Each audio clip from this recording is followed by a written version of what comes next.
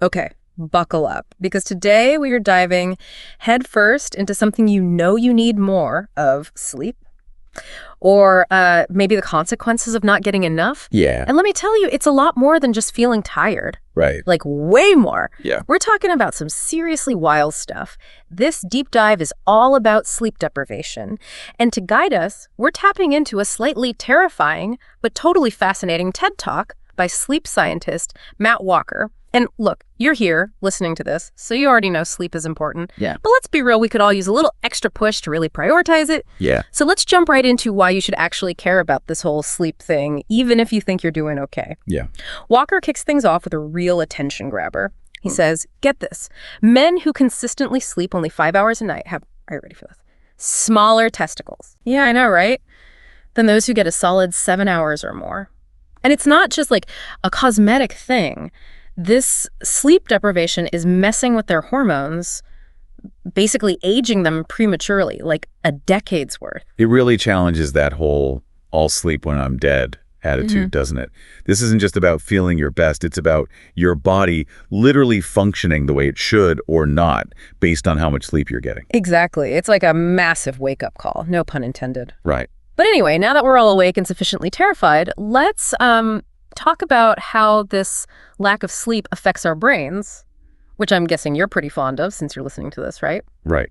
One of the things Walker talks about is how sleep is like hitting the save button on all that learning you did during the day. Yeah, it's a great analogy.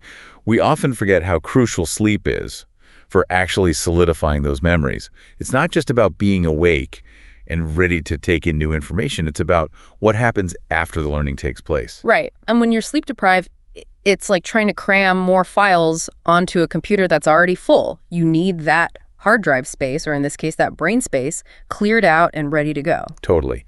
And there's actually research to back this up. Walker talked about a study where sleep-deprived people showed a 40% learning deficit. 40%. 40% Wow. compared to those who are well-rested. So basically, if you're pulling an all-nighter to study for a test, you're kind of shooting yourself in the foot. Pretty much. It's like your brain is literally incapable of absorbing new information when it's sleep-deprived. That's insane. It is. It all comes down to what happens in a part of the brain called the hippocampus.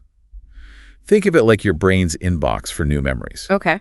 The hippocampus needs sleep to process and store all that information you've taken in during the day.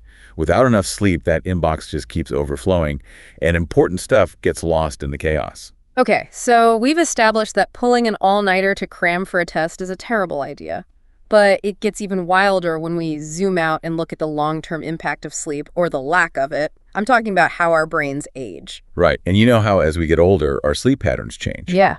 Well, it turns out this decline in sleep quality might be connected to age-related cognitive decline. Wait, hold on. So you're saying that not only do we naturally sleep less soundly as we get older, but those poor sleep habits could actually be setting us up for serious cognitive issues down the line. Yeah, that's basically the link Walker's highlighting. So basically, we're doomed. Well, not necessarily. There's some really interesting research about how we might be able to actually improve deep sleep in older adults.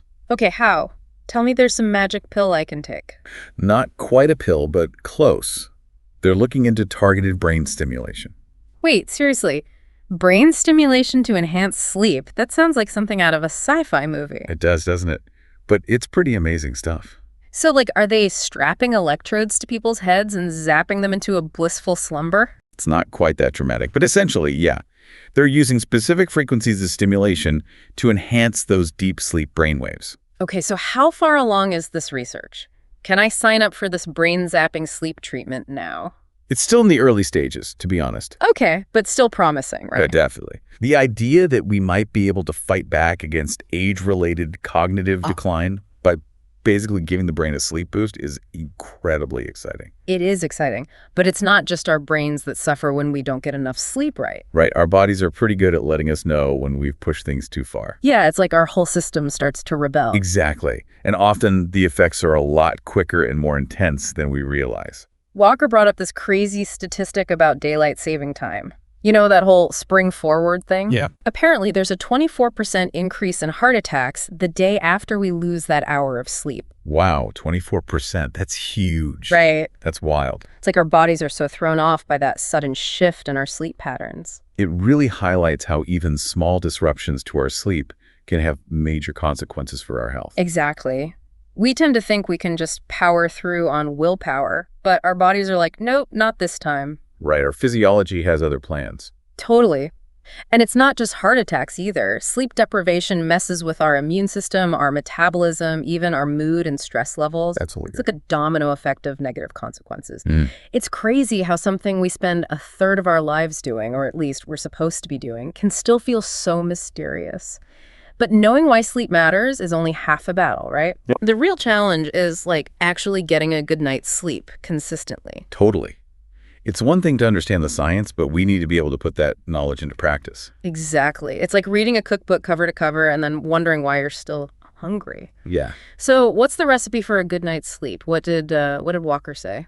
Well, he actually boils it down to two main things. Yay. Regularity and temperature. Okay, so finding a good rhythm and setting the right mood. Exactly. Our bodies crave routine, and that includes our sleep-wake cycle. When we're consistent with our sleep schedule, it's like setting that internal clock to the optimal time. Makes sense. So no more staying up late on weekends and then scrambling to catch up on sleep during the week. That's the idea. Easier said than done, I know. You're telling me? Okay, so regularity is key. What about temperature? So Walker says the ideal sleep temperature is actually pretty chilly. Oh, really? Yeah, around 65 degrees Fahrenheit. Oh, wow. Okay. Apparently, our bodies need to cool down slightly to initiate sleep. That makes sense. I always sleep better in a cold room. But what about those nights when you just can't seem to switch off your brain? The dreaded racing thoughts. Yes. You're tossing and turning, the clock is mocking you. Any advice for those nights? Walker suggests actually getting out of bed if you're awake for more than 20 minutes. Really? So don't just lie there and try to will yourself to sleep. It seems counterintuitive, but it's about breaking that negative association between your bed and being awake. Interesting. So you're saying our beds should be sanctuaries for sleep, not for staring at the ceiling, stressing about not sleeping. Exactly. Do something relaxing in another room until you feel tired, then head back to bed. I like that. It's like hitting the reset button on your brain. Okay, I'm definitely trying that tonight. This has been eye-opening. One of Walker's lines really stuck with me. He said, "Sleep is not an optional lifestyle luxury. It's a non-negotiable biological necessity." Right. It's like food, water, sleep. We need it to function. Exactly. So as we wrap up this deep dive into the science of sleep, here's something to think about. How are you going to prioritize this non-negotiable biological necessity in your own life? Maybe it's time to rethink that late-night Netflix binge, or maybe just try sleeping in a slightly cooler room. Small changes can make a world of difference. Absolutely. On that note, we'll let you go get some rest. Sleep well, everyone.